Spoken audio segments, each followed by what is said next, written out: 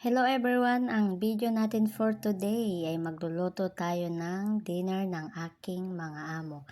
Ayan po ang mga sangkap ng aking lulutuin na sandwich kudo. Hinanda ko na po siya lahat.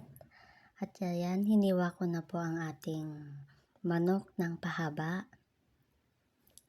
Ayan po ay imamarinate ko po ng suka, bawang, na hiniwa ko pong maliliit. Next ko po ang toyo. Yan po ay 2 spoon na toyo. At ang paminta.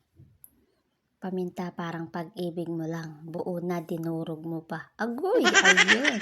May pahugot yan.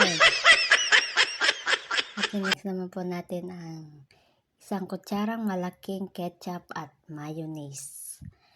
Ayan, hinalo-halo ko po siya at ibababad po natin yan ng 2 hours para po manuot ang lasa sa ating manok. Yan po ang sandwich kudo. Ay ipapalaman ko po yan sa tinapay.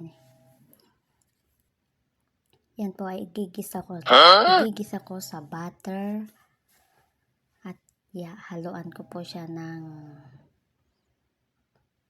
sibuyas na hiniwa ko din po ng pahaba at ang bell pepper. Yan guys.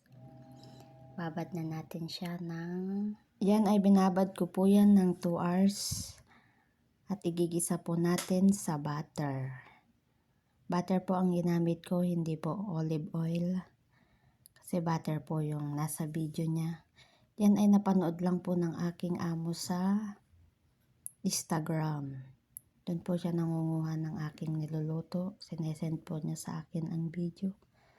At pagka meron po akong mga ingredients na hindi ko alam, Arabic, tinatanong ko po siya. Yan. Habang naigisa ko po yung manok, yan naman po ang aking huhugasin na gahwa.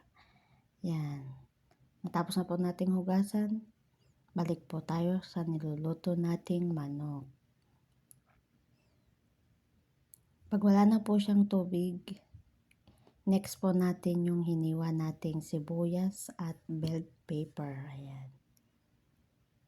Gusto po ng aking amo ay maraming sibuyas. Yan, mahilig po yung amo kong lalaki sa sibuyas.